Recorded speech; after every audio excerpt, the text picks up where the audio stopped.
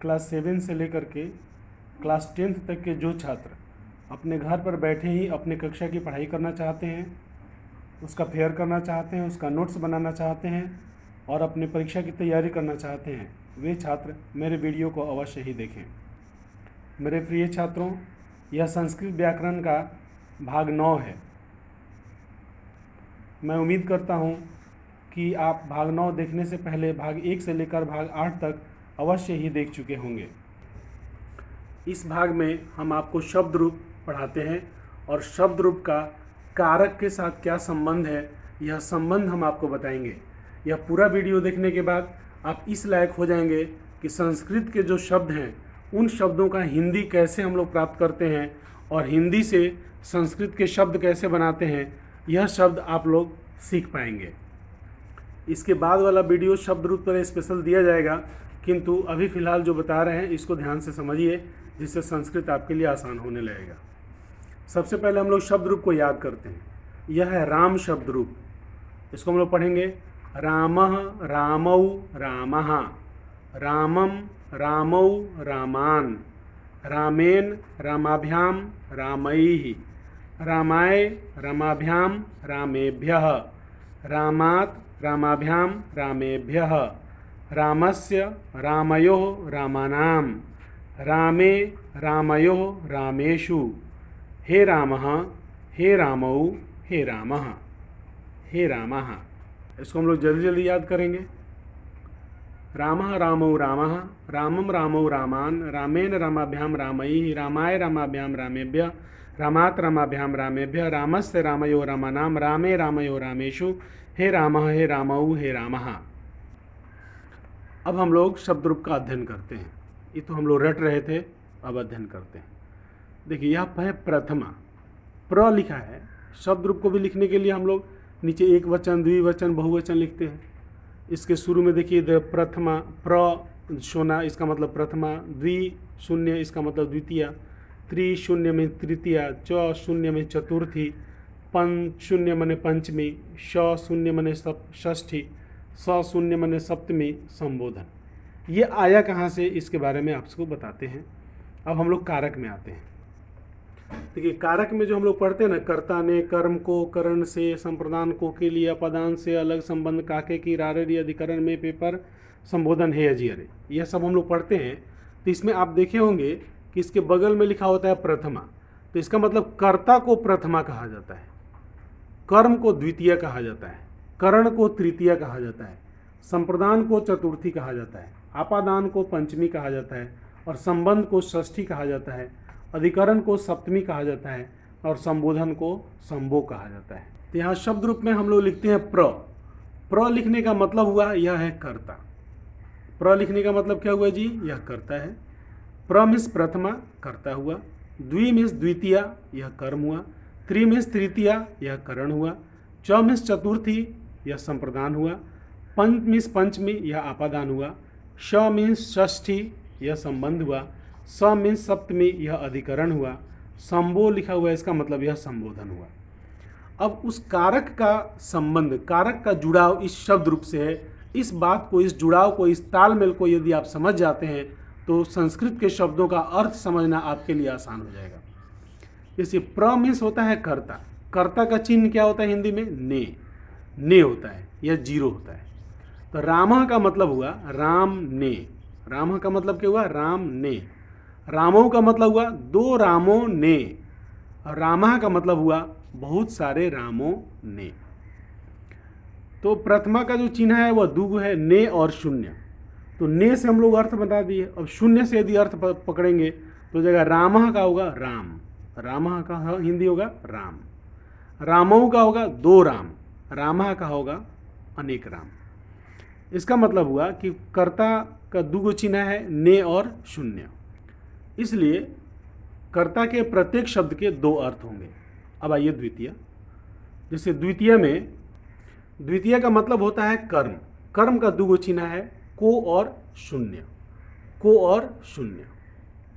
तब हम लोग द्वितीय में देखेंगे रामम रामौ रामान। तो रामम का मतलब हुआ राम को, रामों का मतलब हुआ दो रामों को, रामान का मतलब हुआ अनेक रामों को।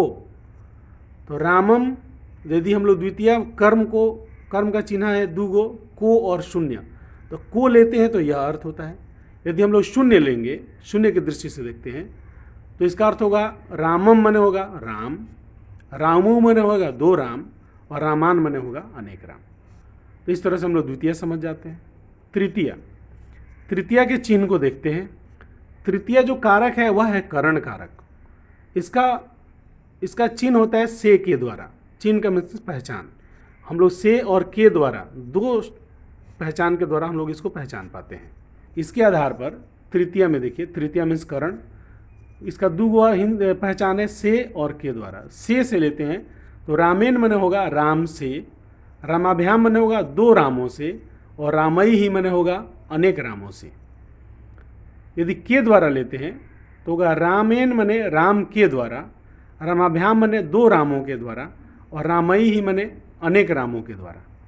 तो इस तरह तृतीया का अर्थ हो जाता है। अब चतुर्थी का भी हम लोग चिन्ह देखते हैं और इसका अर्थ बैठाते हैं। हम लोग का जो चतुर्थी कारक है वह है संप्रदान कारक। इसका चिन्ह होता है को और के लिए। इसका भी दो चिन्ह है। तो चतुर्थी में है रामाय, रामाभ्याम, रामेभ्य। तो रामाय का मतलब हुआ राम को, रामाभ्याम का मतलब दो रामों को, और रामेभ्य का मतलब हुआ अनेक रामों को। यदि चतुर्थी कारक का मतलब संप्रदान कारक यदि लेते हैं और उसका हिंदी के लिए से लेते हैं, तब रामाय मने हो जाएगा राम के लिए, रामाभ्याम मने हो जाएगा दो रामों के लिए, और रामेभ्य मने हो जाएगा अनेक रामों के लिए। अब आते हैं पंचमी। तो पंचमी का पहचान होता है से, और उस से अलग होने का बोध होता है। जैसे मैं विद्यालय से घर जाता हूँ, तो विद्यालय से अलग होने का बोध हो रहा है, इसलिए उस से में अपादान कारक होगा, और अपादान कारक होता है पंचमी कारक। देखिए यहाँ पर दिया है पंचमी कारक। पंचमी कारक में दिया है रामात, रामाभ्याम, रामेभ्य। तो रामात का होगा राम से, रामाभ्याम का होगा दो रामों से, और रामेभ्य का मतलब होगा अनेक रामों से। अब आते हैं हम लोग षष्ठी में। तो जो षष्ठी कारक है वह होता है संबंध कारक। षष्ठी कारक होता है का, के, की, रा, रे, री। तो रा, रे, री जो है वह मैं और तुम के साथ लगता है, जबकि का, के, की अन्य शब्दों के साथ लगता है। तो यहाँ हम लोग राम शब्द पढ़ रहे हैं, तो इसके साथ का, के, की लगेगा, रा, रे, री नहीं लगेगा। तो षष्ठी में रामस्य, तो इसका मतलब हुआ राम का, रामयो दो रामों का, रामानाम अनेक रामों का हो गया। के से यदि हम लोग देखते हैं तो राम के, दो रामों के, अनेक रामों के। की से देखते हैं तो राम की, दो रामों की, अनेक रामों की। तो षष्ठी में एक शब्द के तीन अर्थ बनते हैं। तो वाक्य में या जब हम लोग पढ़ाई करते हैं तो तीनों अर्थ में से जो अर्थ सूटेबल हो वह अर्थ हम लोग ले लेते हैं। अब आइए सप्तमी का पहचान है। देखिए सप्तमी कारक का नाम है अधिकरण कारक। इसका पहचान है में, पे, पर। तो अधिकरण कारक में जो भी शब्द आते हैं उनके भी तीन अर्थ होंगे। सप्तमी कारक में आते हैं रामे, रामयो, रामेशु। तो रामे का मतलब हुआ राम में, रामयो का मतलब दो रामों में, रामेशु मने अनेक रामों में। पे से यदि इसका अर्थ लेते हैं तो राम पे, दो रामों पे, अनेक रामों पे।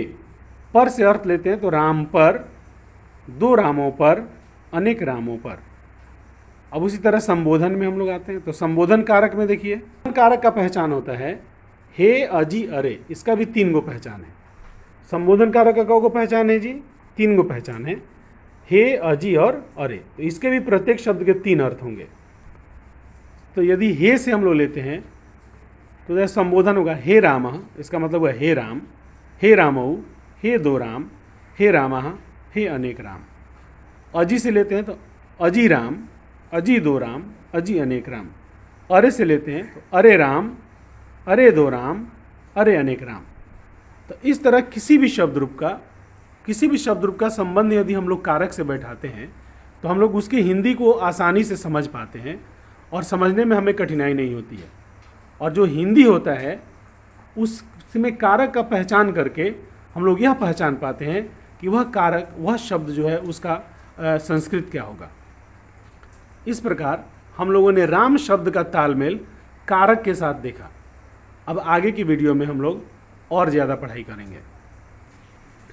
हमारे वीडियोज़ में आपको चुटकुले, किस्से, कहानियाँ इत्यादि नहीं मिलेंगी। मैं पॉइंट टू पॉइंट केवल पढ़ाई की बात करता हूँ, इसलिए जो पढ़ने वाले गंभीर बच्चे होंगे उनको आप मेरा चैनल सब्सक्राइब कराएं और बेल का आइकन दबाएं। मेरे वीडियोज़ में आपको टेक्स्ट बुक की रीडिंग प्राप्त होती है, नोट्स प्राप्त होते हैं, आप उससे फेयर बना पाते हैं और उसमें दिए गए सभी प्रश्नों के हम जवाब देते हैं। पुनः आपको यह वीडियो देखने के लिए बहुत बहुत धन्यवाद।